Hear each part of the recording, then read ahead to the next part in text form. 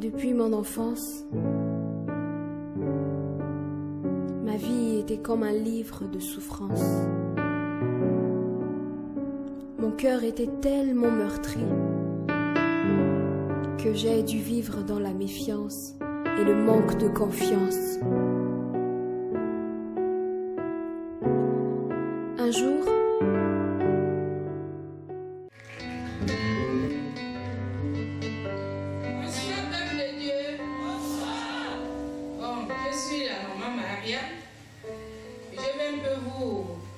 édifier par rapport à mon témoignage.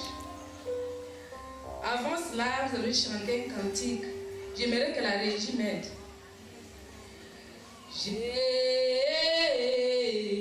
Jésus, tu as les paroles de la vie, accueillons-nous. Oh Jésus,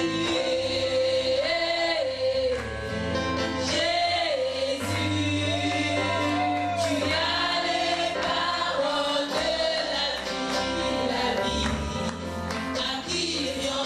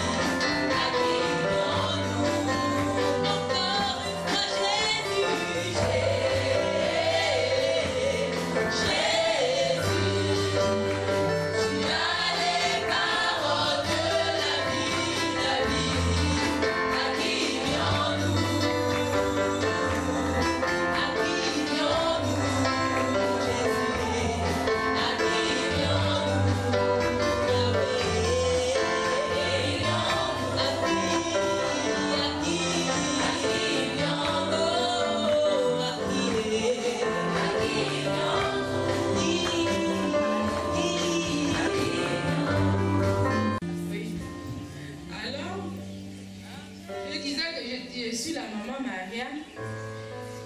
Je suis une dame qui s'est mariée depuis l'âge de 23 ans. Donc à 23 ans, j'étais déjà mariée. J'ai fait des enfants avec mon époux. Et comme toute personne qui est encore dans le monde, nous avons fréquenté les gangas par-ci, par-là. Et du coup, vraiment, c'est dans ça là que qu'il y avait des accusations et tout. Ça ne m'arrangeait pas. Jusqu'au jour où je perds ma grande fille, une fille de 26 ans, qui était déjà à l'université. Alors là, j'ai senti comme si le ciel était tombé sur ma tête. Donc du coup, j'étais vraiment malade, le cœur brisé. Je n'arrivais plus à dormir. Et on m'a amené un peu chez les gens pour essayer un peu de me fermer la tête et tout, mais ça n'allait toujours pas. Jusqu'au jour où une sœur à moi qui priait quelque part est venue me prêcher la parole. Elle m'a dit, Cécile, vois-tu Marianne, tu es toujours en train de te morfondre à cause de la fille que tu as perdue.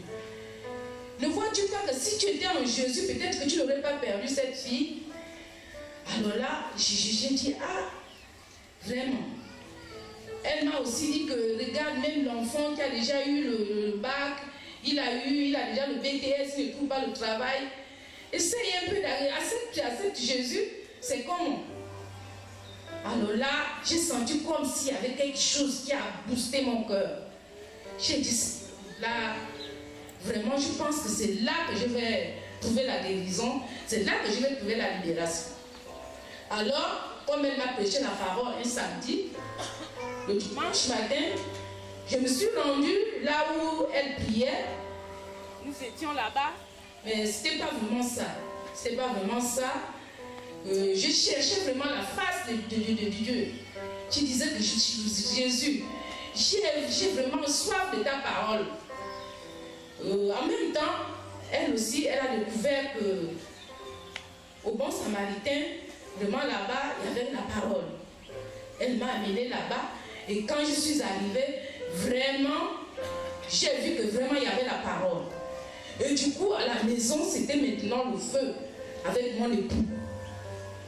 Tous les jours, il m'insultait, il me disait que je suis sorcière, j'ai envie d'aller sacrifier les enfants, là où je vais prier. Vraiment, c'était vraiment infernal.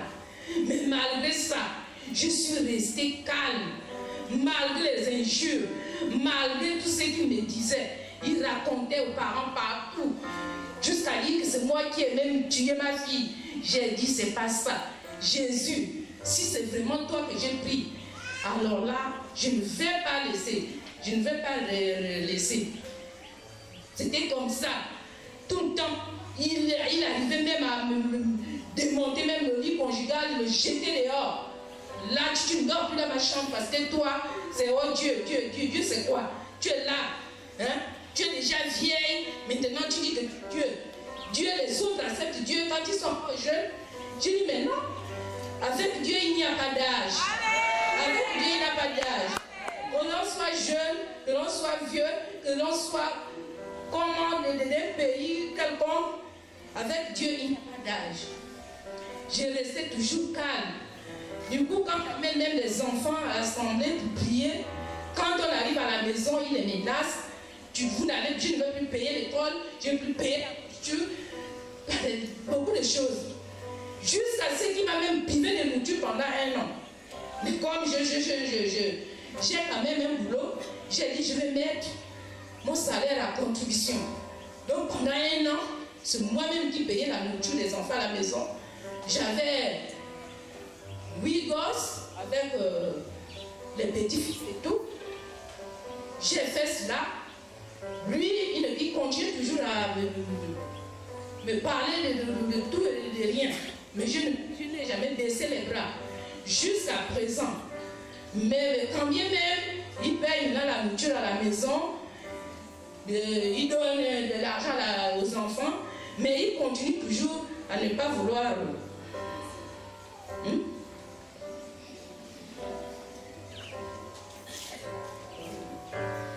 Maintenant, comme il a dit que c'est le mari, le chef de la maison, moi je continue à me soumettre. je fais ce qu'il me demande de faire et je continue de prier. Je continue de prier.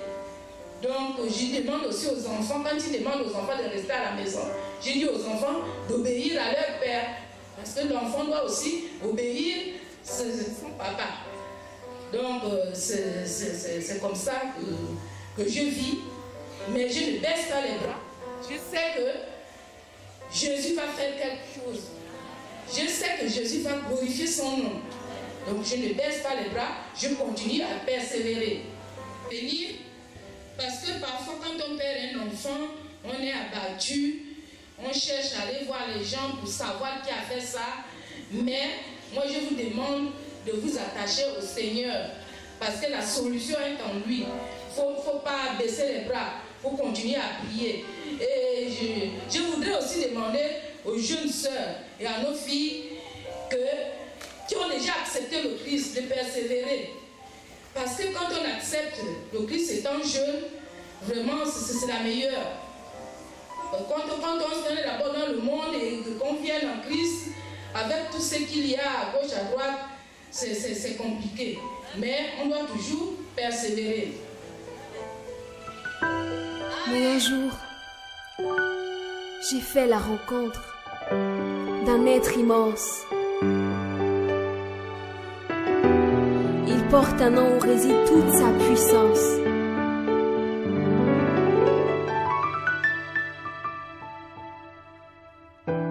Il m'a rassuré qu'il avait enduré mes souffrances à l'avance et qu'il ne comptait plus mes années d'ignorance. C'est pourquoi ce jour, il m'appela à la repentance et ceci bouleversa toute mon existence. Je fus rempli d'un nouvel esprit et d'une telle intelligence. C'était pour moi un jour de danse et de réjouissance, car j'avais reçu une nouvelle espérance, celle de la nouvelle alliance.